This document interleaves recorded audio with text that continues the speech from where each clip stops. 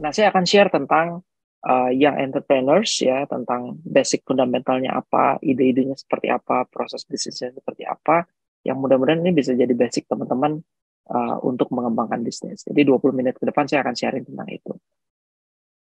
Oke.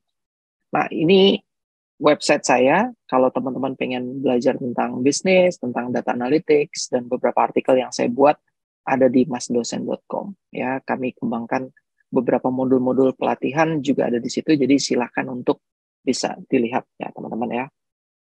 Nah, perjalanan saya, titik balik saya ini kalau saya boleh share itu adalah ketika saya sekolah di luar negeri di University of Adelaide. Pada saat itu saya jadi Presiden Pelajar Indonesia di South Australia. Jadi kita bikin beberapa program-program untuk teman-teman mahasiswa di sana dan juga connecting dengan yang namanya diaspora. Diaspora tuh kayak orang-orang Indonesia yang tinggal di luar negeri. Nah, ternyata di dalam proses saya belajar di luar negeri, yang lebih penting yang saya dapatkan hingga sekarang itu adalah networking atau adalah pertemanan. Dan ternyata ini juga yang mendukung bisnis saya secara langsung sekarang. Dan ternyata proses-proses membangun komunitas yang saya lakukan di luar negeri, dan mungkin juga teman-teman punya pengalaman yang sama ya, membangun komunitas, itu kita belajar banyak hal. Tentang bagaimana kita meng-create sebuah produk, kemudian bagaimana kita mendeliver sebuah pelayanan, memberikan sebuah satisfaction atau kepuasan kepada pelanggan-pelanggan kita, itu prosesnya banyak banget saya pelajarin ketika saya bergabung dengan komunitas Indonesia yang namanya PPIA, Perhimpunan Pelajar Indonesia di Australia. Nah, selanjutnya saya juga mau sharing bahwa ketika saya kuliah di luar negeri, saya bertemu dengan dua orang yang sangat menginspirasi. Dan ini sangat menginspirasi ketika saya belajar bisnis. Yang pertama adalah Raditya Dika. Ya, mungkin teman-teman tahu Raditya Dika ini salah satu stand-up comedian terkenal Indonesia, dan kebetulan kita kuliah di kota yang sama, yaitu di Adelaide, di South Australia. Dan yang menarik dari sebuah Raditya Dika adalah dengan kemampuannya dia dalam stand-up comedy, dia bisa melakukan monetisasi dengan apa yang dia lakukan. Membuat film, beriklan, bahkan banyak bisnis model yang dia kembangkan. Artinya, ketika kita mengembangkan sebuah bisnis, jangan hanya terfokus kepada produk atau service yang kita deliver atau yang kita buat dari teman-teman, tapi bagaimana mengembangkannya ini menjadi sebuah bisnis model, itu adalah tantangan kita. Jadi kayak misalnya teman-teman bikin seblak, jangan hanya fokus pada seblaknya yang harus enak, itu udah wajib ya. Tetapi yang lebih penting adalah gimana caranya kalian menjual seblak tetapi dengan bisnis model yang sangat-sangat menarik. Nah, kemudian yang kedua, Panji Pragiwaksono. Jadi Panji Pragiwaksono ini sahabatnya Raditya Dika, dan pada saat dia world tour ke Adelaide, itu kebetulan kami yang mengundang. Jadi tour dunia stand-up comedian kurang lebih tahun 2014, yang mengundang adalah Perhimpunan Pelajar Indonesia Australia. Dan ketika saya mengikuti perkembangan perjalanan si Panji Pragiwaksono yang hanya sebagai stand-up comedian, ternyata dia punya sebuah bisnis model yang luar biasa. Punya YouTube yang bisa dimonetisasi. Tidak hanya dia bisa melihat dari viewersnya, tapi orang harus subscribe untuk melihat bahan-bahan dan lucuan dia. Zaman dulu, kalau kita jadi pelawak ya, cuma jadi pelawak, diundang di beberapa tempat panggung ya. Tetapi di era sekarang, dengan era digital, bisnis model itu menjadi hal yang sangat-sangat menarik untuk kalian bisa pelajari. Jadi, dan di sini ada yang ketiga nih, si Eko Nugroho. Nah, Eko Nugroho ini salah satu artis, seniman ya, yang pernah pameran di salah satu art gallery besar di South Australia. Eko Nugroho salah satu seniman yang ada di Jogja, tapi karyanya dia itu bisa nempel di Louis Vuitton ya, teman-teman kalau tahu produk-produk luxury mewah ya, itu beberapa karya-karya desainnya dia itu nempel di tas-tasnya itu. Artinya seniman, kemudian para pelawak ya atau stand up comedian, mereka tidak hanya menjual produk atau service yang dia kembangkan, tapi dia juga mengembangkan sebuah bisnis model yang bisa membuat bisnisnya itu menggurita. Jadi bisa dibayangkan bagaimana ekspansi bisnis seorang pelukis seperti si Eko Nugroho. Bahkan kalau teman-teman tahu premium aqua yang dari kaca itu, desainnya itu didesain oleh si Eko Nugroho. Nah, oleh karena itu, kenapa di dalam pelatihan Macpreneur kita akan belajar tentang bisnis model canvas. bagaimana kita mengembangkan bisnis kita tidak hanya fokus pada produk atau services, tapi kita mengembangkan bisnis model. Jadi kata kuncinya adalah bisnis modelnya. Menemukan key partners-nya, menemukan revenue stream yang baru, activity apa yang kita kembangkan untuk bisa mendukung bisnis kita berkembang dengan sangat besar, ya. Nah, oleh karena itu teman-teman, makanya kalau kita berbisnis itu jangan hanya berpikir tentang produk dan services yang kita berikan, tapi bagaimana produk yang kita ciptakan itu bisa memenuhi dalam konteks Maslow hierarkinya gitu. Sebagai contoh misalnya gini, di Malang tuh terkenal banget, mungkin konteksnya di Lamongan berbeda ya. Di Malang tuh terkenal dengan pangsit Dempo ya, yang sejak tahun 70-an. Pangsitnya enak, murah meriah gitu ya. Tapi dia hanya fokus di Maslow yang warna merah, tapi tidak berpikir kepada Maslow yang sampai warna ungu.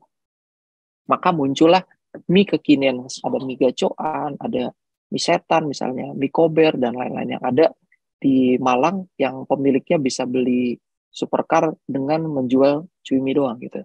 Bahkan gerainya ada di mana-mana. Itulah perbedaan antara berbisnis yang fokus hanya di produk dengan bisnis yang berfokus pada bisnis model. Oleh karena itu, maka para lulusan dan entrepreneurs dari Lamongan, kita pengen ajak untuk beyond berpikir tidak hanya produknya memang harus bagus, tapi berpikir bagaimana mengembangkan ini menjadi bisnis yang bisa menggurita dan bisa direplikasi di banyak tempat. Yang sederhana misalnya, Macpreneur ada di Lamongan, tapi ini adalah replikasi bisnis dari jagoan yang ada di Banyuwangi. Dan juga akan expand ke Kediri misalnya. Jadi bagaimana kita menyiapkan sebuah produk yang memang bisa dibesarkan. Nah, saya kalau ke Jogja misalnya, itu suka banget nongkrong di klinik kopi. Karena misalnya kalau saya nongkrong di klinik kopi, saya tidak hanya mendapatkan kopi yang enak, tapi ada hal-hal lain yang saya merasa nyaman di sana. Sini di stage kedua kan nyaman. Kemudian yang ketiga, saya merasa punya teman gitu ya. Ketika di klinik kopi, diajak ngobrol sama Mas Pepeng, kemudian bisa bercerita, kemudian ngerasa ada prestis gitu. Ketika foto di sana, orang tahu, wah, kamu paham banget nih, kopi enak ada di mana gitu. Itu sebuah prestis. Ada self-actualization juga yang bisa saya dapatkan di sana. Artinya, ketika Mas Pepeng berjualan kopi di klinik kopi di Jogja, dia nggak hanya berpikir tentang kopi yang enak, tapi ada Maslow hierarchy yang dia bisa deliver untuk para pengguna dia, yang merasa nyaman di sana, merasa prestis di sana, merasa punya aktualisasi diri di sana gitu ya. Sehingga inilah yang teman-teman coba harus pikirkan. Produk saya ini bisa seperti apa. Nah, tak kenal maka tak sayang, ini Instagram saya, jadi silakan kita follow-followan ya untuk bisa berkoneksi dan berjejaring ya. Nah, saya juga bikin beberapa YouTube channel tentang data analytics, tentang skripsi, tentang bisnis, design thinking. Jadi silakan juga program ini. Nah, program ini tidak menjual contoh-contoh kesuksesan yang flexing-flexing ya. Karena kami merasa bahwa proses bisnis itu sesuatu yang harus dilewati secara bertahap. Tidak ada sesuatu yang sifatnya instan. Atau bahasa kerennya sekarang, wani perih lah ya. Atau organik. Atau kita berbisnis itu di era saya, di prinsip bisnis yang saya kembangkan dengan teman-teman itu lebih pada bootstrapping. Jadi gimana kita melakukan sesuatu itu dari hasil jeripaya yang kita punya aja sekarang gitu. Tidak berhutang ya misalnya, untuk menjaga bisnis ini tetap bisa stabil. Karena konsekuensinya untuk berhutang pun di bisnis yang umurnya masih setahun, 2 tahun, dan 3 tahun itu juga sangat-sangat berat banget. Apalagi teman-teman tidak punya literasi keuangan yang sangat kuat. Bisa langsung kolaps. Nah, saya akan mereview beberapa hal buku ya mungkin yang nanti juga akan kita sharing di proses offline. Ada bukunya Atomic Habits. Menarik banget, tapi yang dia selalu sampaikan adalah mulailah dengan perubahan-perubahan kecil gitu. Jadi jangan langsung pengen jumping ke hal yang besar, tapi mulailah dengan perubahan-perubahan kecil. Di salah satu YouTube yang saya lihat di Harvard Innovation Lab, bagaimana meng-create sebuah produk, MVP, Minimum Viable Products, yang bisa dijual kepada customers, yang harus dipikirkan itu adalah gimana caranya produk itu bisa terjual di segmentasi tertentu. Minimal bisa terjual. Nah, ketika kita bisa menjual produk itu di segmentasi yang kecil gitu ya, kita bisa digging deeper secara lebih dalam gimana caranya mengekspansi produk ini secara lebih baik. Mempelajarinya, customernya sukanya seperti apa, produknya harus di-develop seperti apa, itu mulailah dari perubahan-perubahan yang kecil. Jadi jangan langsung pengen jumping ke sesuatu yang besar. Kemudian, kalau di bukunya The Psychology of Money misalnya, itu juga saya mempelajari beberapa hal yang menarik dalam konteks uang, karena nanti teman-teman juga akan belajar gimana caranya mengelola uang, mendapat hadiah, dan lain-lain. Tapi yang perlu kita jaga dalam The Psychology of Money, yang buku yang bestsellers ini adalah bagaimana kita bisa menjaga diri dari keserakahan, ya, dan juga ketakutan. Karena berbisnis itu challenging, risikonya yang kita hadapi juga lumayan, tapi kita bisa menjaga dari ketakutan-ketakutan itu, dan juga menjaga diri dari sifat keserakahan atau greedy, ya, karena ada banyak step-step di dalam bisnis ini yang sebenarnya endingnya adalah menjaga kepercayaan. Jadi kalau kita udah greedy, dinilai partner kita juga tidak cocok, maka bisnis kita tidak akan bisa bertahan lama. Kemudian di buku yang paling saya suka nih, bukunya judulnya The Lean Startup yang ditulis sama Eric Rice. Saya melihat ada proses yang penting dalam konteks build, measure, learn. Kebanyakan para pebisnis itu fokus pada build the product, tapi tidak mengukur efektivitas produknya dan belajar dari produk itu seperti apa. Maka setiap apapun yang kita buat dalam produk kita itu selalu harus diukur efektivitasnya. Customer suka apa enggak. Kemudian dipelajarin, kemudian diperbaiki lagi. Selama kalian melakukan proses itu secara lebih baik dan terus-menerus, maka kalian akan menciptakan sebuah produk yang betul-betul disukai oleh customer kalian. Dan kemudian ini juga prinsip yang selalu saya pegang dalam berbisnis, di salah satu hadis yang selalu saya citing tentang kemanfaatan, ya, khairunas anfa'uhum linnas. Jadi sebaik-baik manusia itu memang adalah yang memberi manfaat bagi orang lain. Jadi kenapa nanti kalian ketika belajar bisnis model Canvas, pertama kali yang kalian buat itu adalah value propositions yang connecting dengan segmentasi pasar. Jadi yang pertama kalian pikirkan itu adalah apa manfaat produk ini untuk customer dan siapa customer-nya. Dan value itu bicara tentang manfaat. Kita tidak akan mudah untuk memahami value kalau kita tidak mengerti tentang manfaat. Karena setiap produk yang kita buat dalam konteks design thinking itu harus user-centric. Harus betul-betul dibutuhkan oleh pengguna kita. Nah, semakin kita memperkaya diri kita dengan kemanfaatan, maka kita akan semakin mudah membuat sebuah vibrasi bahwa produk kita adalah produk yang punya value. Nah, ini beberapa bisnis yang saya kembangkan, termasuk Picnic Hub, dan sudah 2 tahun berkembang sebagai sebuah ekosistem kreatif yang ada di Malang. Ada beberapa startup yang suka nongkrong di sini, jadi kalau teman-teman di Lamongan ke Malang, silakan mampir. Ada Cara Bicara, ada Let's Play Indonesia, ada Dako Indonesia, punya Mbak Danis, ya. Ada teman-teman yang lain juga sering bergabung, ada Bingkai Karya, ya, yang suka nongkrong di sini. Jadi ini sebagai sebuah ekosistem startup yang berkembang. Dan ini beberapa bisnis yang kami kembangkan, ya, dalam konteks digital strategis. Jadi kami menjadi salah satu partner mobil nasional yang ada di Indonesia. Ini kami kembangkan juga. Kami juga punya beberapa program-program sosial, yang tadi ada John and Roll, salah satu kafe yang ada di Pujon, ya, yang dibantu oleh teman-teman dari Jago Indonesia. Dan ini juga dari desa di lereng Semeru. Di awal karir kami berbisnis ini di keripik, ya teman-teman, ya. Kenapa kami pengen bercerita bisnis kami yang kolaps? Karena berbisnis itu berkembang, ya teman-teman, ya. Artinya kita bikin ide bisa aja bangkrut, dan ini dibangun 1 tahun sebelum pandemi. Sebelumnya kami menjual beberapa produk-produk keripik, kopi yang kami jual di Transmart, tetapi karena pandemi, ya kami harus mengubah haluan bisnis kami ke bisnis-bisnis yang lain. Ini produk dari keripik pala Jagoan Indonesia. Kemudian teman-teman, ini yang penting teman-teman. Jadi dalam bisnis itu ternyata butuh endurance, butuh teman-teman itu kuat bertahan dalam waktu tertentu untuk menempa mental teman-teman.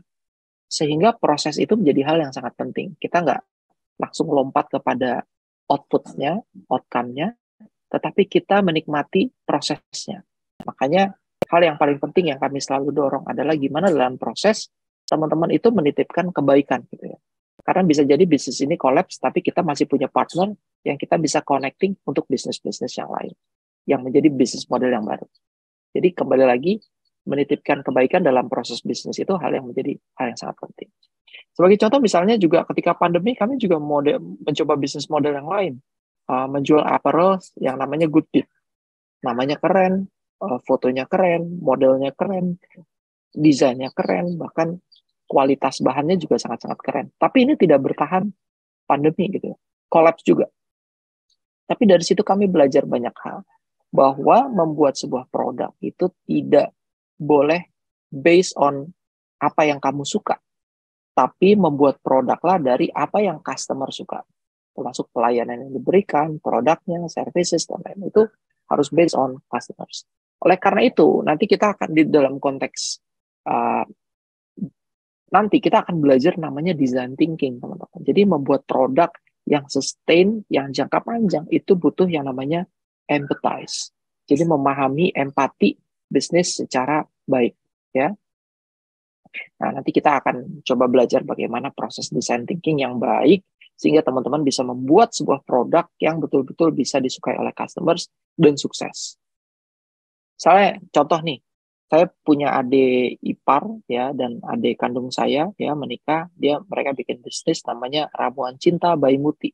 It's viral ya teman-teman, viral bahkan masuk Lambe Tura ya, dan omsetnya luar biasa. Dan bisnis itu adalah bisnis kedua yang berkembang setelah bisnis penginapan mereka pada saat pandemi itu kolaps. Jadi ketika kolaps mereka bikin produk baru, produk jahe, produk macam-macam lah ya, produk herbal untuk apa namanya slim ya, untuk apa namanya menguruskan badan lah intinya gitu. Tapi dengan proses design thinking dan empathize yang bagus, ternyata ini menjadi produk yang sangat-sangat baik dan sangat menarik dan itu menjadi viral gitu ya. Oke, ini bisnis model Canvas-nya nanti akan teman-teman coba pelajari bareng-bareng bersama tim dari Jagoan Indonesia. Oke, ini beberapa produk-produknya ya. Start small, dream big. Jadi kita pengen ngajarin proses penting dan mulai dari hal kecil dan mulai bermimpi hal-hal yang besar. Ya. Dan juga ini juga kami pengen sharing apa namanya proses kami ketika membuat sebuah produk itu apa ya, tidak mesti sukses gitu ya. Even itu udah dimulai dengan proses empathize yang benar. Kami sempat bikin pakaian bayi teman-teman di masa pandemi yang kami pikir wah ini akan jadi market yang luar biasa karena berdasarkan riset, data dan lain-lain ini berkembang. Oke? Makanya slogan yang kami coba dorong dari apa yang disampaikan oleh si Eric Rice adalah the only way to winning is to learn faster. Jadi kalau teman-teman pengen sukses dalam berbisnis, cara paling cepat itu adalah belajar lebih cepat. Learn faster. Jadi setiap proses bisnisnya, model bisnisnya, produknya, memahami pelayanan, memahami customers, itu dipelajarin secara betul-betul optimal. Dan ini yang selalu kami citing ya, don't lose hope nor be sad. Ya, jadi jangan pernah hilang harapan, jangan pernah bersedih. Ya, karena setiap proses itu kita harus titipkan kebaikan dan kita nggak tahu endingnya itu akan seperti apa ya. Tapi pasti hasil itu tidak pernah mengkhianati proses ya. Oke, time will reveal tentu aja teman-teman. Dan ini beberapa mindset mungkin 5 menit terakhir ya yang ingin saya sampaikan. Yang perlu kalian dorong tentang creativity, kolaborasi harus didorong, harus user centric, harus iteratif. Jadi bikin produk itu harus kreatif, sebesar-besar mungkin mendorong sebuah kolaborasi, fokus pada user pengguna itu sukanya apa, dan selalu diperbaiki produknya. Ya, ini mindset penting dalam konteks design thinking. Yang tadi saya sampaikan, build, measure, learn, jadi bikin produk, jangan lupa diukur, kemudian dipelajari. Ya. Nah, proses design thinking ini simple, teman-teman. Sesimpel teman-teman misalnya dihadapkan pada case ada salah satu gedung tinggi namanya Burj Khalifa. Dia 6 kali tingginya di Monas. Kemudian mungkin operatornya bertanya, kalau kita pasang lift di Burj Khalifa yang tingginya 6 kali Monas, gimana caranya untuk mengurangi rasa takut ketika digunakan di gedung pencakar langit seperti Burj Khalifa yang 6 kali tingginya lebih tinggi daripada Monas?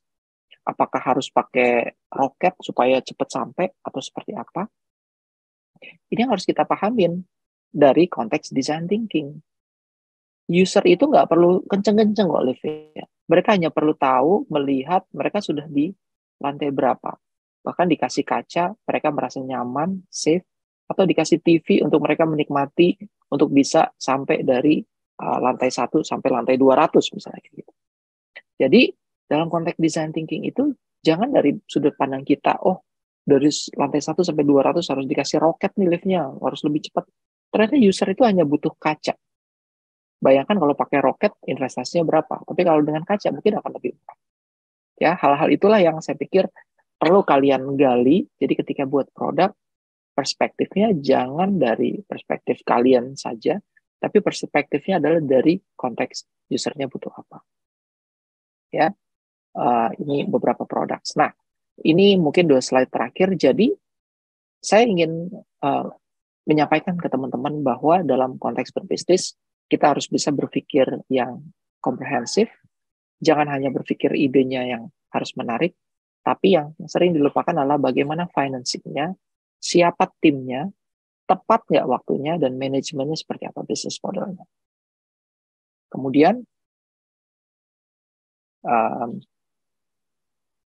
yang paling penting juga perlu kalian pikirkan dalam konteks berbisnis itu bukan hanya sekedar produknya, tapi ketika kalian mampu menyampaikan sebuah produk dengan desain yang menarik, cerita storytelling yang menarik, simfoni yang menarik ya, mengorkestrasi produk kalian dengan hal-hal yang sangat menarik, itu akan menjadi value added dari sekedar produk kalian sendiri.